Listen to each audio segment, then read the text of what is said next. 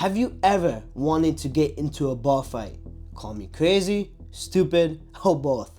But that was always a dream of mine growing up, and I finally did it. Well, not your typical bar fight where you smash a pool cue over someone's head, but I did fight in the most famous fight bar in the world. And trust me, this is one of the craziest fights ever with what happened. Known as the Reggae Bar, located in Koh Phi Phi, Thailand, is the most famous bar in the world where literal strangers can fight each other for a bucket of beer worth a measly few bucks and this participation medal. Notorious for putting on fights with very little rules in place, there are no weight classes, meaning you can see some crazy knockouts. There are pros fighting beginners, meaning there are huge skill gaps in experience, and women can even get it on too, believe me. This is the Wild West and it's not for the faint of heart. And my fight here was one of the best fights that night. But before we get into how it went, you first need to understand how fighting in the Reggae Bar works. There are 3 ways to get a fight here, ranging from method 1 being the easiest, method 2 being normal difficulty, and method 3 being veteran guard mode difficulty. Let's start off with method 1, the easiest way, where you have to just walk around and find your own opponent in the bar and ask them to fight. Doing it this way, you can really pick an easy opponent and make your fight a lot easier. Moving on to method 2, the normal difficulty, where a stranger walks around asking you to fight. Well, this can either backfire or go your way, because someone much bigger than you can challenge you, or someone much smaller can challenge you. It's very random, but at least you have the option of declining the challenge. Now, moving on to method 3, if you have very big fucking balls, you can actually challenge everyone in the bar by stepping into the ring and walking around with your hands up. And on average, there's at least 400 people in attendance. So this means anyone, no matter how big or how experienced they are, can choose to fight you. And if you step in the ring to challenge everybody, you have to accept the fight no matter who your opponent is. And for reference, in my 6 hours at that bar from 7 p.m. to 1 a.m., only one person did that the whole night. Now that you understand how Reggae Bar works, let's move on to what I did and how the fight went for me. And trust me, you're gonna want to hear this. So get comfy and pay attention. My game plan before going to Reggae Bar was to use method 1 and walk around and find somebody to fight my own size and destroy them in the fight. Yeah, that did not happen. Yeah, crying shame that. As soon as I walked into the Reggae Bar, within the first 5 minutes, I completely abandoned my game plan. And I had stepped up into the ring and challenged everybody. The first time around, no one wanted to fight me. So, me and my friend decided to have a couple drinks, and after an hour, I stepped into the ring again and challenged everybody again. And keep in mind, I was the only person to do method 3 that whole night, and I did it twice. What's wrong with me? I had finally found an opponent, meet Patrick. And he was fucking massive. He was at least 6 inches taller than me and probably at least 40 more pounds than me, which in fighting is a serious disadvantage. It was quite literally David versus Goliath. We proceeded to get to know each other, size each other up, and I even gave him tips on how to beat me. What the fuck is wrong with me, seriously? And then it came time to fight. We stepped into the ring. We got our gloves, and I chose not to wear headgear because I'm cool like that. And then the fight started.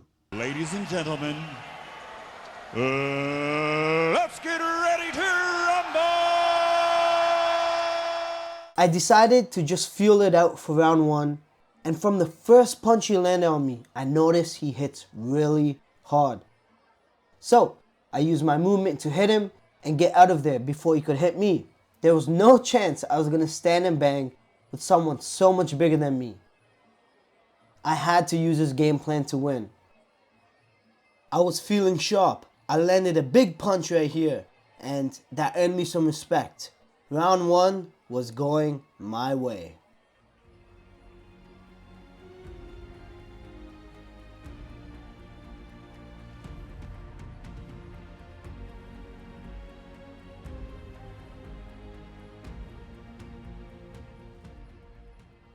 And then right here, he hit me in the head, which put a lot of pressure on my bad knee, and it just gave out, causing me to collapse. But I got up right away and the round ended. I had really hurt my knee, and the injury diagnosis a month later is a fully torn ACL. And here's the proof, everybody. They asked if I was good to fight, and I said yes. Thinking back now, I 100% should not have continued, considered I literally just tore my ACL. But I never quit, no matter the odds. Knowing I could barely put weight on my leg, my movement was gone. I had no choice but to stand and bang with Patrick, which was the opposite of what my game plan was in round 1. My mindset shifted from winning to now I gotta survive this fight and not get knocked out. All my previous fight training had went out the window.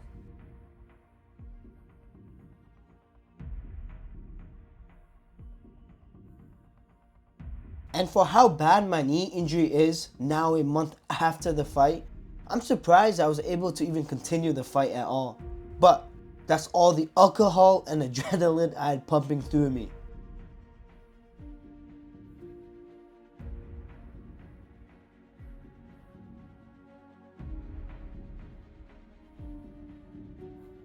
This was not a good round for me.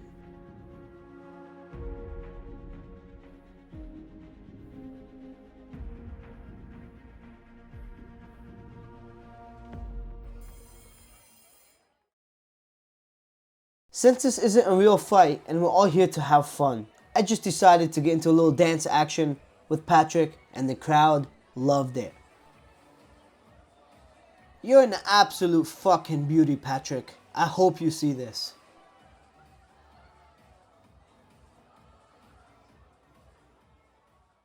Then it came to fight the final round, and all things considered, I did pretty good for someone who just tore his ACL at the end of round 1 and fought 2 more rounds on it. I could have used more jabs and more hooks, but like I said, it was just survival mode. I'm the fucking Terminator.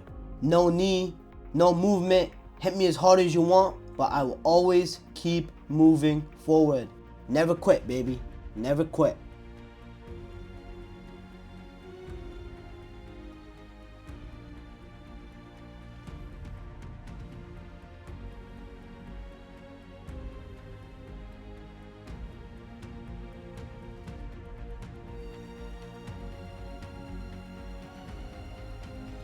And Patrick, if you somehow see this video, even though I have no idea how to contact you, I just want to say, you were a worthy opponent.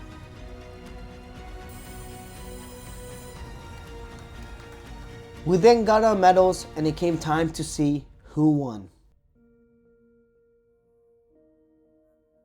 Which Patrick ended up winning. Fair play to you, Patrick, but we gotta run it back once I'm all healed up. I'm sure things will be different. And then the fight ended and we partied the night away. This free bucket of beer and participation medal was totally worth that ACL tear, swollen eye, and possible concussion. Here's the aftermath of the fight the next day. I was walking like this for weeks. Alright boys, this is how my eye is naturally, dude. So I'm fucked up, $1 million. Fucked up, $1 million. But if somebody asks, I stepped in the ring. And to all those who have watched up until this point, I just have this to say. Do you have what it takes to step into the Reggae Bar?